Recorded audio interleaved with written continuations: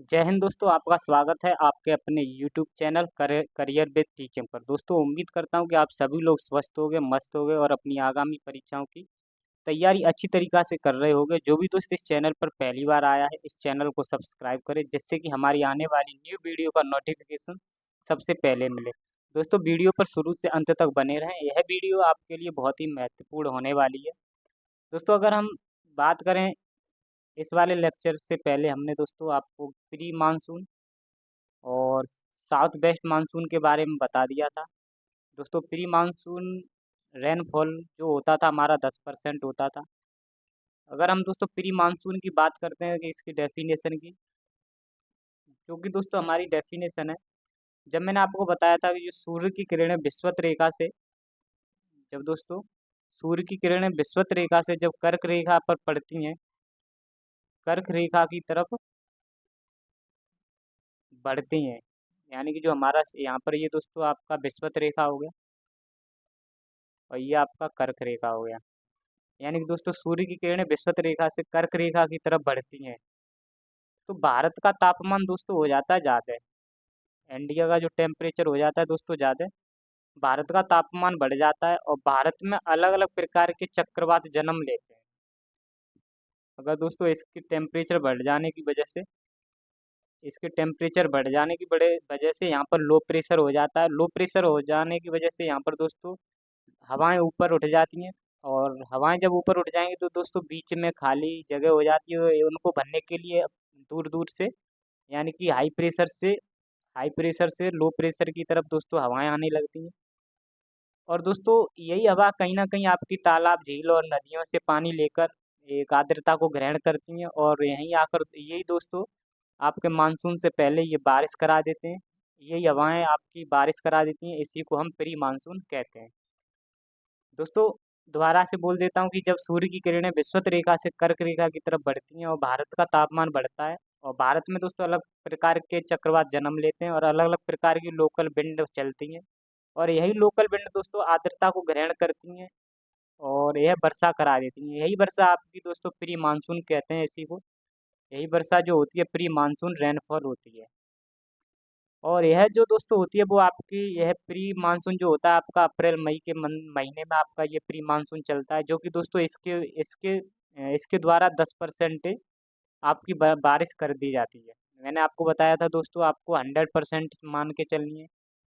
100% आपकी बारिश है, उसमें से 10% प्री मानसून रेनफॉल करा देते हैं। और यह दोस्तों जो होती है घटना, वो आपकी ग्रीष्म ऋतु में होती है, यानी कि जून, यानी कि जब आपका दोस्तों जून और अप्रैल मई में दोस्तों यह घटना आपकी होती है, तो आप कह सकते हो ग्रीष्म ऋतु में। और अगर हम दोस्तों बात करते हैं, फर्स्ट में ये दोस्तों हमने आपको प्री मानसून बता दिया था, सेकंड में आपको साउथ वेस्ट मानसून बता रहे थे जिसमें दक्षिणी दक्षिण पश्चिमी मानसून होते हैं और यह दोस्तों आपके वर्षा ऋतु में होते हैं। अगर मैं आपको इसकी बात करता हूँ दोस्तों, आपके दक्षिणी पश्चिम मानसून की, तो इस टाइम पर दोस्तों जो जून के महीने में, हमारे जून के महीने में जो सूर्य की किरणें होती हैं वो कर्क रेखा पर होती हैं। जून के महीने में दोस्तों सूर्य की किरणें होती हैं आपकी कर्क रेखा पर और यहाँ पर दोस्तों बहुत भयंकर गर्मी पड़ती है और जिसकी वजह से भारत का तापमान अधिक हो जाता है। तापमान अधिक हो जाने की वजह से दोस्तों यहाँ पर जो हवाएं होती हैं वो आप हवाएं गर्म होकर ऊपर उठ जाती हैं। जो हवाएं होती हैं वो गर्म होकर ऊपर उठ जाती हैं और इसी के भारत जो हमारा कर्क रेखा पर स्थित है दोस्तों, इसके नीचे, भारत के नीचे आपका भूमध्य रेखा है। भूमध्य रेखा से दोस्तों कुछ हवाएं उठती हैं जो कि हाई प्रेशर से आती हैं। हाई प्रेशर से दोस्तों लो प्रेशर की तरफ चलती हैं, क्योंकि भारत में गर्म हवाएं ऊपर उठ जाती हैं। जब टेम्परेचर ज़्यादा होता है तो यहाँ पर दोस्तों लो प्रेशर हो जाता है और लो प्रेशर होने की वजह से दोस्तों हाई प्रेशर से आपकी लो प्रेशर की तरफ हवाएं जाती हैं और यही हवाएं हवाएं दोस्तों जो आपकी समुद्र में बाष्पोत्सर्जन होता रहता है और यही हवाएं जब यहाँ से जल को ग्रहण करके, यहाँ से इन समुद्र से दोस्तों ये हवाएं नमी लेकर जब भारत में बारिश कराती हैं, तो इन्हीं को दोस्तों हम दक्षिण पश्चिमी मानसून कहते हैं। और मैंने आपको बताया भी था दोस्तों भारत की जो शेप है वो प्रायद्वीपीय टाइप से है, यानी कि आपकी पेनिनसुलर है। और कुछ मानसून दोस्तों आपके अरब सागर की शाखा में बट जाते हैं, कुछ मानसून आपके बंगाल की खाड़ी की शाखा में बट जाते हैं। जो दोस्तों ये मानसून आपके, यही मानसून जो आगे चलकर दोस्तों आपके पंजाब में मिलते हैं। और फिर दोस्तों जब आपका टाइम आता है ऑटम सीजन यानी कि शरद ऋतु आती है, तो उस टाइम पर ये दोस्तों मानसून वापस होते हैं। तो वही आपको पढ़ाने वाले हैं इस वीडियो में दोस्तों। ये साउथ वेस्ट यानी कि दक्षिण पश्चिमी जो मानसून है हमारे 75% दोस्तों बारिश कराते हैं भारत में। और यह बारिश जो होती है वो आपकी वर्षा ऋतु में दोस्तों यह बारिश होती है। दो ऋतुओं के बारे में मैंने आपको पढ़ा दिया था दोस्तों, ग्रीष्म ऋतु के बारे में और आपकी वर्षा ऋतु के बारे में। आज हम पढ़ने वाले हैं दोस्तों शरद ऋतु। शरद शरद ऋतु यानी कि ऑटोमन सीजन के बारे में पढ़ने वाले हैं। अगर हम दोस्तों इस सीजन की बात करते हैं तो दोस्तों यह जो सीजन चलता है हमारा, अगर हम इस सीजन की बात करें तो दोस्तों यह सीजन जो चलता है हमारा वो आपका अक्टूबर नवंबर से होते, अक्टूबर और नवंबर के महीने में यह शरद ऋतु स्टार्ट होती है, शुरुआत होती है इसकी। और दोस्तों यहाँ पर जो बात करें हम,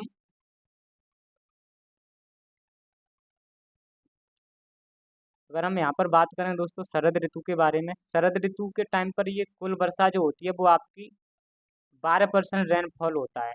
12% रेनफॉल आपका शरद ऋतु में होता है।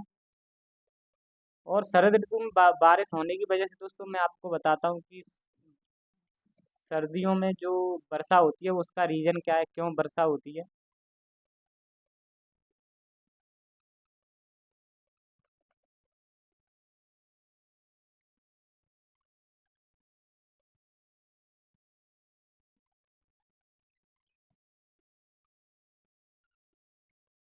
सर्द अगर दोस्तों हम शरद ऋतु की बारे में बात करें तो आपकी ये शरद ऋतु है। इस शरद ऋतु में आपकी कुल जो बारिश होती है वो 12% होती है। इसमें दोस्तों ये शरद ऋतु के बारे में अगर हम बात करते हैं तो इस टाइम पर बारिश क्यों होती है, इसका होने का एक रीज़न है। जब दोस्तों हमने आपको ये बता दिया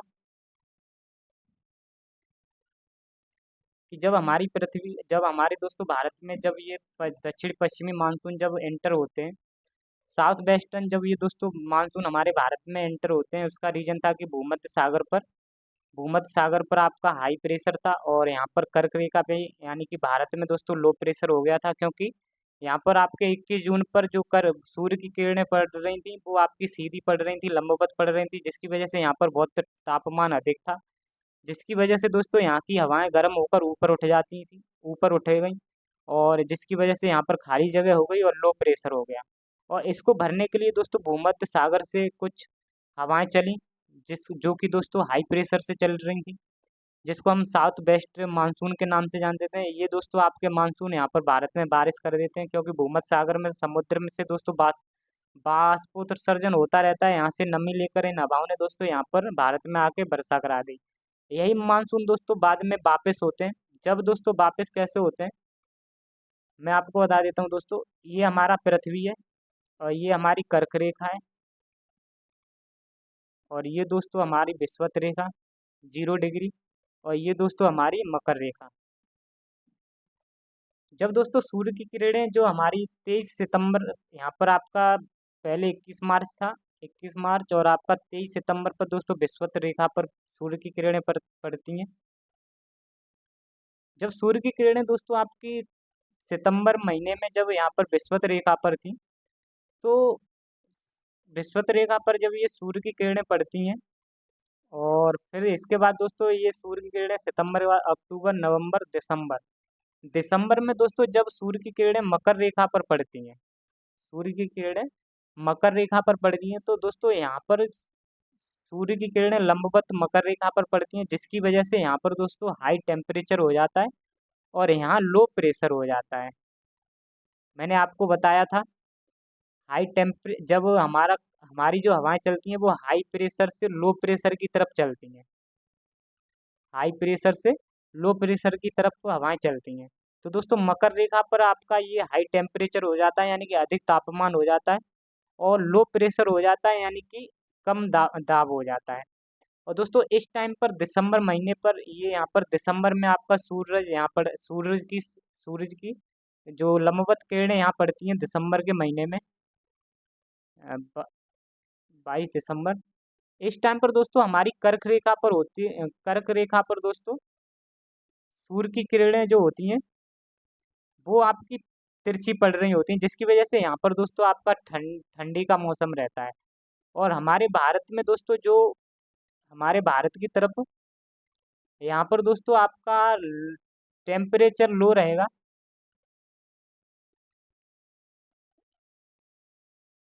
आपका टेम्परेचर दोस्तों लो रहेगा यहाँ पर, यानी कि टेम्परेचर लो रहेगा और जो प्रेशर होगा वो हाई हो रहेगा।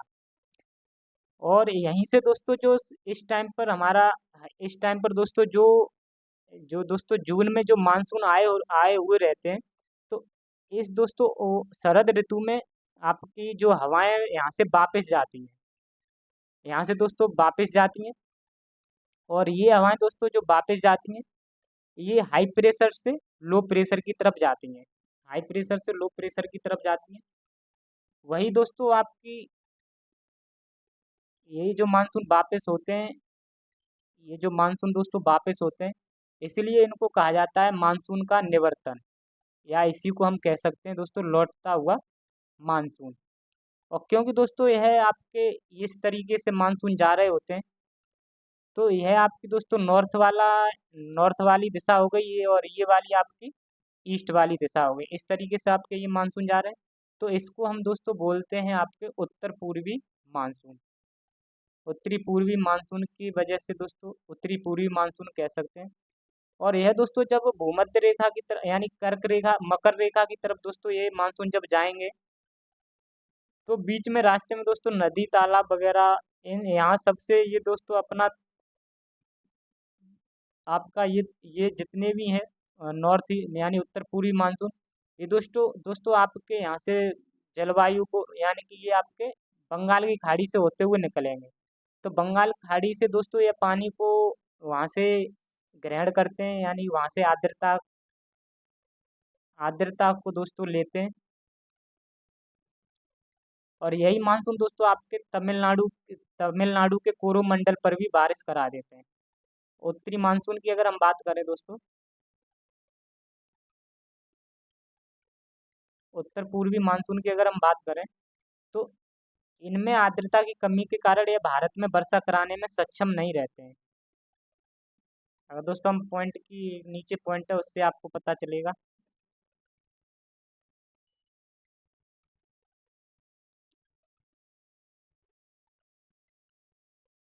यह दोस्तों हमारे मानसून है जब ये लौटते हैं, जैसे दोस्तों मैंने आपको बता दिया था ये वाला पॉइंट।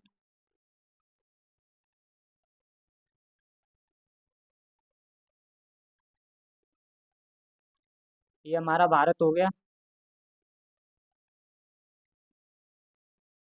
ये दोस्तों हमारा भारत हो गया, ये भारत का मैप है। और यहाँ पर दोस्तों आपका ये हाई प्रेशर है इस टाइम पर, जब दोस्तों मैंने आपको बताया था कि जब जो सूर्य होता है वो मकर रेखा पर पहुंच जाता है, यानी कि जब सूर्य हमारा दक्षिणायन होता है, दक्षिणायन होता है यानी कि दोस्तों हमारा जब सूर्य विश्वत रेखा से विश्वत रेखा से जब दोस्तों हमारा यानी भूमध्य रेखा से जब हमारा सूर्य दक्षिणायन करता है, यानी दक्षिण की तरफ जाता है, तो इसी को दोस्तों कहा जाता है sun shifting on tropic of Capricorn. सूर्य का दक्षिणायन होना इसको कहते हैं sun shifting on tropic of Capricorn, यानी कि जब यहाँ पर पहुँचता है मकर रेखा पर, तो यही वाला फिनोमेना होता है दोस्तों कि हमारा जो भारत से हाई प्रेशर है और लो टेम्परेचर है भारत में। और यहाँ से दोस्तों यहाँ से ये दोस्तों आपके मानसून वापस होने लगते हैं, लौटने लगते हैं। और यह लौटने लगते हैं आपके दोस्तों भूमध्य रेखा की तरफ, यानी कि मकर रेखा की तरफ आप कह सकते हो। मकर रेखा की तरफ यानी भूमध्य रेखा की तरफ दोस्तों यह लौटने लगते हैं। यहाँ पर चिपका हुआ है दोस्तों, ये नहीं समझना आपको। तो इसलिए हम इसको कहते हैं नॉर्थ ईस्ट का मानसून या लौटता हुआ मानसून। और यही दोस्तों कुछ पानी यहाँ तालाब झीलों से लेते हुए, और कुछ दोस्तों मानसून इधर से वापस आते हैं, तो आपके ये कोरोमंडल तट पर भी ये बारिश करा देते हैं। यही दोस्तों इस वाले पॉइंट में है और कुछ नहीं। यही आपके दोस्तों उत्तरी पूर्वी मानसून कहते हैं इनको। आर्द्रता की कमी के कारण ये भारत में वर्षा कराने में सक्षम नहीं रहते हैं। पर ये दोस्तों भारत में नहीं बारिश कराते हैं, लेकिन ये आपके ये दोस्तों कोरोमंडल, तमिलनाडु के कोरोमंडल पर बारिश कराते हैं। यही दोस्तों सारे पॉइंट हैं। इन्हीं को हम नॉर्थ ईस्ट मानसून कहते हैं, या कि इसको उत्तरी पूर्वी मानसून कहते हैं, जो कि बीओबी से आर्द्रता प्राप्त करके तमिलनाडु के कोरोमंडल पर वर्षा करा देते हैं।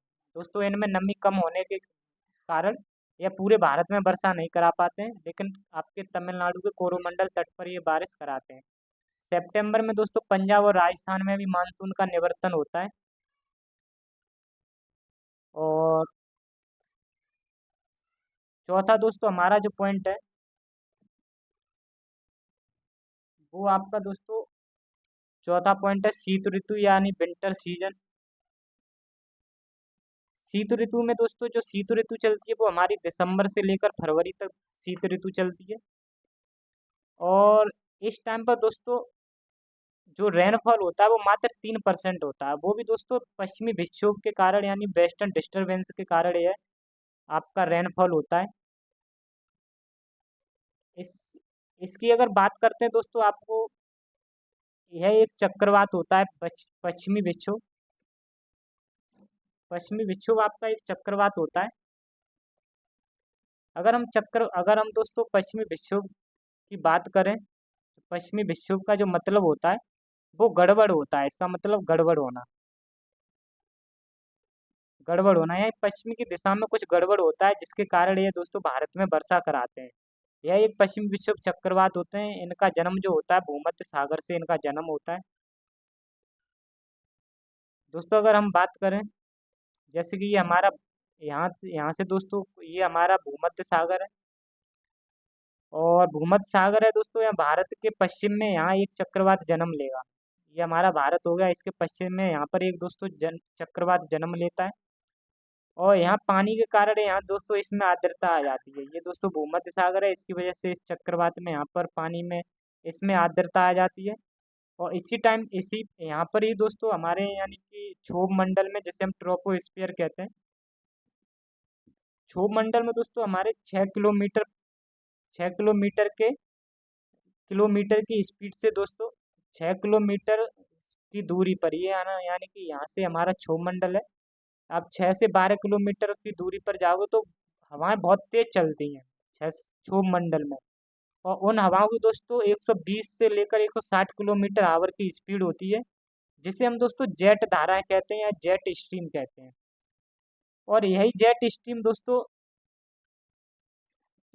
स्ट्रीम इस चक्रवात को, ये जेट स्ट्रीम जो होती हैं आपकी बहुत खतरनाक हवाएं होती हैं। और जब ये हवाएं चलती हैं तो इस चक्रवात को अपने साथ लेकर चलती हैं। ये हवाएं जब चलती हैं दोस्तों तो इस चक्रवात को अपने साथ लेकर चलती हैं और आगे बढ़ती हैं। और जब भारत तक यह पहुंचती हैं दोस्तों, भारत तक ये जब पहुंचती हैं तो इसको कहा जाता है पश्चिमी विक्षोभ। भारत तक ये पहुंचती हैं जब इसको कहा जाता है पश्चिमी विक्षोभ। और पश्चिमी विक्षोभ के ही द्वारा दोस्तों उत्तर पश्चिम में यानी नॉर्थ वेस्ट में वर्षा होती है।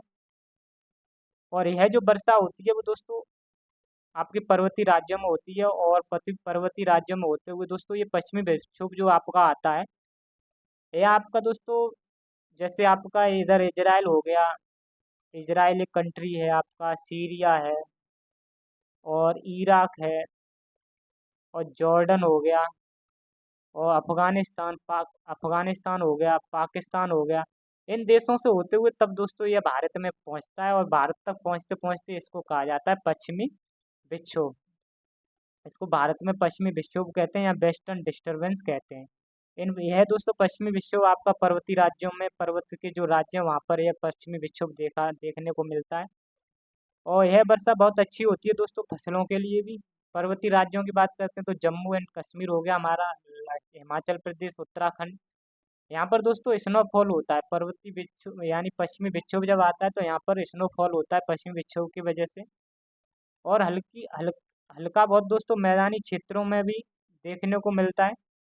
आपका ठंडा सा रहता है मौसम यहाँ पर भी, जिसे हम तुषार मतलब दोस्तों बोल सकते हैं। ये फसलों के लिए बहुत अच्छा रहता है।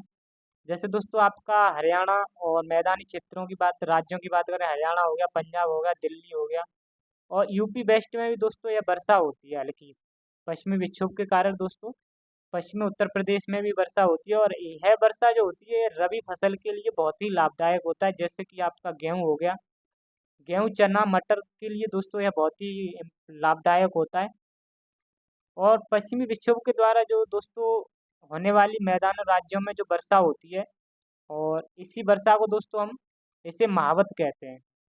दोस्तों पश्चिमी विक्षोभ के द्वारा होने वाली मैदानी राज्यों में वर्षा आपके महावत कहलाती है। यह महावत दोस्तों जो होती है वो आपकी पश्चिमी विक्षोभ के द्वारा एक वर्षा का नाम है, जो कि फसलों के लिए बहुत ही इम्पोर्टेंट आवश्यक होती है।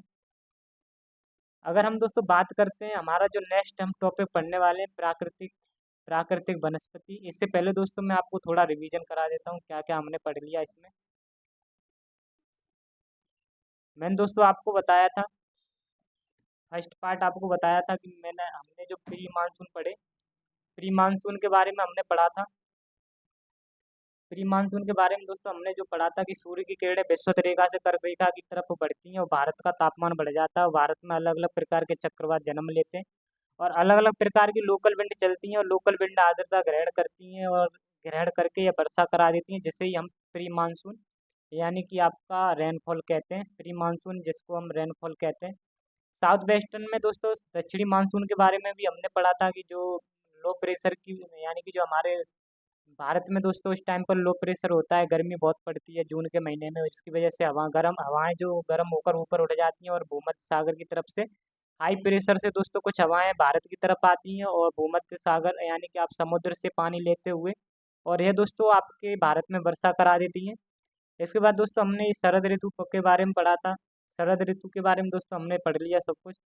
इसी तरीके से दोस्तों जो हमने पढ़ा था कि सूर्य की किरणें जो उस टाइम पर 23 सितंबर को होती हैं, और ये दोस्तों जब आपकी दोस्तों जब सूर्य दक्षिणायन होने लगता है आपका दिसंबर की तरफ, यानी कि sun shifting on tropic of Capricorn, यानी कि मकर रेखा पर जब सूर्य पहुंच जाता है, सूर्य का प्रकाश नीचे ज़्यादा दिखता है, नीचे ज़्यादा पड़ता है, यानी कि आपका यहाँ पर लो प्रेशर हो जाता है दोस्तों, तापमान, और आपका भारत में तापमान कम होने लगता है, और वहाँ पर दोस्तों भारत में आपका लो प्रेशर हो जाता है, यानी हाई प्रेशर भारत में हो जाता है, टेम्परेचर लो हो जाता है। ये सभी दोस्तों हमने टर्म पढ़े आपके इसको देखते हुए। जो हमारा शरद ऋतु में दोस्तों आपके जो मानसून वापस होते थे, और दोस्तों हमने आपको बताया भी था कि जब सूर्य मकर रेखा की तरफ चला जाता है, यानी कि जिसको हम दक्षिणायन भी बोलते हैं, और मकर रेखा पर दोस्तों तापमान बढ़ जाता है, और यहाँ पर लो प्रेशर हो जाता है, मकर रेखा पर यहाँ पर लो प्रेशर हो जाता है आपका, और आपका टेम्परेचर हाई हो जाता है, और यहाँ पर दोस्तों हमारा टेम्परेचर टेम्परेचर यहाँ पर लो हो जाता है, और यहाँ पर हमारा हाई प्रेशर हो जाता है। ये हाई प्रेशर से हवाएं दोस्तों लो प्रेशर की तरफ हवाएं चलती हैं, इसी को हम लौटता हुआ मानसून कहते हैं। और इस टाइम पर दोस्तों भारत में ठंड सी पड़ने लगती है, और यहाँ तापमान आपका कम हो जाता है भारत में, यहाँ हाई प्रेशर हो जाता है। जो मानसून जो इस टाइम पर पहले मानसून जब आए थे वो मानसून आपके वापस होने लगते हैं, और यह आपके मानसून आपके हाई प्रेशर से लो प्रेशर की तरफ वापस होते हैं। ये सब दोस्तों हमने टर्म आपके पढ़ लिए। अब हम पढ़ने वाले हैं दोस्तों प्राकृतिक वनस्पति। प्राकृतिक वनस्पति के बारे में पढ़ने से पहले दोस्तों बता देता हूँ कि प्राकृतिक वनस्पति को हम इंग्लिश में क्या कहते हैं, नेचुरल वेजिटेशन इसको कहते हैं। हमारी यानी प्राकृतिक वनस्पति दोस्तों होती क्या है, इसको हम आप प्राकृतिक वनस्पति को हम फॉरेस्ट या वन भी कहते हैं दोस्तों। ये दोस्तों जो प्राकृतिक वनस्पति होती क्या है, जो कि प्रकृति रूप से उगाते हैं, जो दोस्तों प्राकृतिक रूप से उगाते हैं उसे हम प्राकृतिक वनस्पति कहते हैं, और जिसमें दोस्तों मानव का कोई योगदान नहीं रहता है, जिसमें मानव ने ना कोई दोस्तों हाथ पैर चलाया हो, और प्रकृति में दोस्तों वो उसने जन्म वनस्पति ने जन्म ले लिया हो, वही दोस्तों हमारी प्राकृतिक वनस्पति कहलाती है। और अगर हम बात करते हैं दोस्तों हमारे देश में, यानी कि जब हम दोस्तों बात करते हैं कि हमारे देश में कितने वन हैं, इस बात से हमको कहाँ से पता चलता है, कैसे पता चलता है, वो दोस्तों हमको पता चलता है आपका वन रिपोर्ट से। और यह जो फॉरेस्ट रिपोर्ट है दोस्तों 2 वर्ष में हर साल आती है, 2 वर्ष के बाद आती है आपकी। और वन रिपोर्ट को जो जारी करता है, इशू करता है, वो आपका FSI के द्वारा यह जारी की जाती है, जिसको हम FSI को हम कहते हैं forest survey of India. Forest survey of India के द्वारा इसको इशू किया जाता है। और एफएसआई की अगर बात करें तो इसकी स्थापना 1981 में इसकी स्थापना हुई थी। एफएसआई की 1981 में स्थापना हुई थी, जिसका हेडक्वार्टर है देहरादून यानी कि उत्तराखंड में। और एफएसआई को दोस्तों हम क्या कहते हैं, फॉरेस्ट सर्वे ऑफ इंडिया कहते हैं इसको, और इसको हिंदी में हम भारतीय वन सर्वेक्षण विभाग भी कहते हैं। भारत में सबसे पहले दोस्तों कब आई थी फॉरेस्ट रिपोर्ट? ये आपकी फॉरेस्ट रिपोर्ट सबसे पहले जो आई थी 1987 में इस फॉरेस्ट रिपोर्ट को लाया गया था।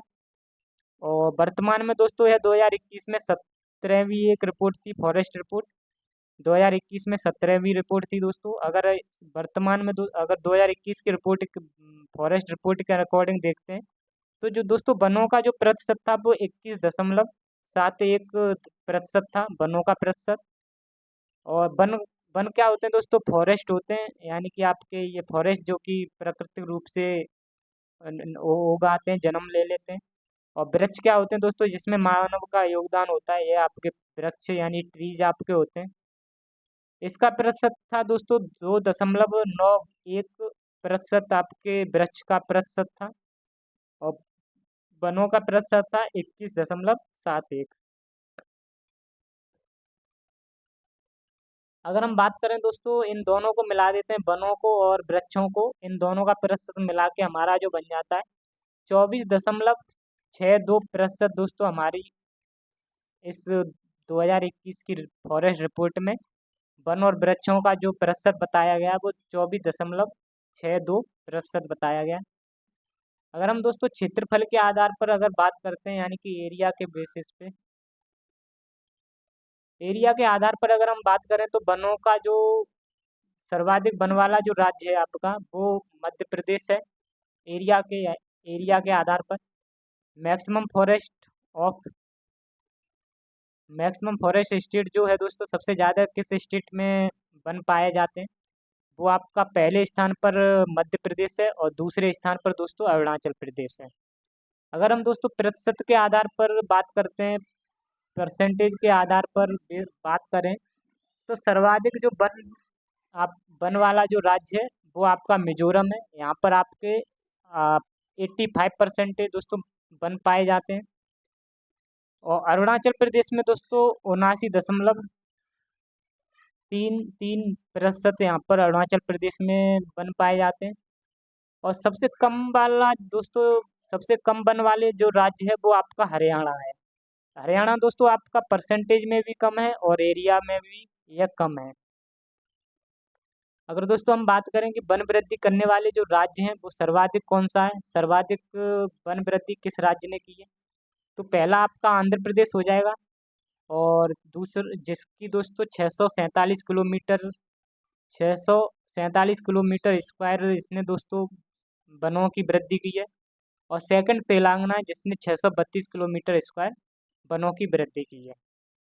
दोस्तों आपको एक टर्म समझ में नहीं आ रहा होगा, जैसे कि एरिया एरिया क्या होता है, और एरिया के आधार पर कैसे ज़्यादा है, और आपका प्रतिशत के आधार पर कैसे ज़्यादा है। दोस्तों बात करते हैं, जैसे कि ये आपका ए एक राज्य है और एक बी आपका दूसरा राज्य है। अगर हम दोस्तों बात करते हैं, जैसे कि ये वाला है हमारी 10 बीघा जमीन का टुकड़ा, और ये है दोस्तों हमारा 5 बीघा जमीन का टुकड़ा। अगर दोस्तों यहाँ पर हमारी 6 बीघा जमीन पर वन उगाए गए हैं, यहाँ पर दोस्तों 6 बीघा पर हमारे वन उगे हुए हैं, और बचा हमारा 4 बीघा पर कुछ नहीं है। और यहाँ पर दोस्तों 5 बीघा में से आपके यहाँ 4 बीघा में वन उगाए गए हैं, और यहाँ पर दोस्तों 1 बीघा में कुछ नहीं उगाया गया, यहाँ कुछ नहीं है। तो अगर दोस्तों हम इसमें देख सकते हैं कि हमको अगर दोस्तों एरिया के हिसाब से तो पता चल रहा है कि सबसे ज़्यादा कहाँ पर होंगे वन। एरिया के हिसाब से इस तरीके से एरिया के हिसाब से देख लो कि 6 बीघा में यहाँ पर ज़्यादा होंगे और 4 बीघा में यहाँ पर ज़्यादा होंगे। जिसका एरिया ज़्यादा होगा वहाँ पर ज़्यादा वन होंगे। अगर परसेंटेज में अगर बात करें तो दोस्तों यहाँ पर 4 बीघा पर वन उगे हुए हैं, 4 बीघा पर दोस्तों वन उगे हुए हैं, कितने बीघा में से? 5 बीघा में से। तो यहाँ पर दोस्तों अगर इसका परसेंटेज निकालेंगे तो आपका 80% पर वन उगे हुए हैं, 80% पर वन उगे हुए हैं। और अगर हम यहाँ पर परसेंटेज निकालेंगे दोस्तों तो 6 में से, यानी 10 में से 6 बीघा पर वन उगे हुए हैं। और यहाँ पर दोस्तों हम वन का परसेंटेज निकालेंगे तो यहाँ पर हमारा आएगा 60%। तो इस तरीके से आप देख सकते हो दोस्तों परसेंटेज के हिसाब से कौन से कहाँ पर वन ज़्यादा है। जैसे दोस्तों यहाँ पर आपका मिजोरम हो गया, ये परसेंटेज बेस में ज़्यादा हो जाएगा दोस्तों आपका। तो इस तरीके से जैसे कि आपको मैंने बताया था, प्रतिशत में आपका मिजोरम हो जाएगा और आपका एरिया के बेसिस पे एमपी हो जाएगा। तो दोस्तों आपके एरिया में और प्रतिशत में इस तरीके से आप समझ सकते हो कि प्रतिशत एरिया में कैसे क्या होता है और प्रतिशत में कैसे ज़्यादा होते हैं। तो आपको दोस्तों वो मैंने आपको एग्जांपल दे दिए, उससे आप समझ सकते हो कि आपका ये एरिया हो जाता है इस तरीके से ज़्यादा है। और दोस्तों परसेंटेज में आप इस तरीके से याद याद कर सकते हो कि 4 बीघा में से 5 बीघा में से 4 बीघा पर इसका परसेंटेज निकाल लो। इसी तरीके से दोस्तों इसका परसेंटेज निकाल लो। आई होप दोस्तों, उम्मीद करता हूँ कि आपको वीडियो पसंद आई हो। और वीडियो अगर पसंद आई हो तो वीडियो को लाइक करें एंड चैनल को सब्सक्राइब करें एंड वीडियो को शेयर भी करें। आज के लिए इतना ही, मिलते हैं आपसे नेक्स्ट वीडियो में। जय हिंद, जय भारत, जय माँ सरस्वती।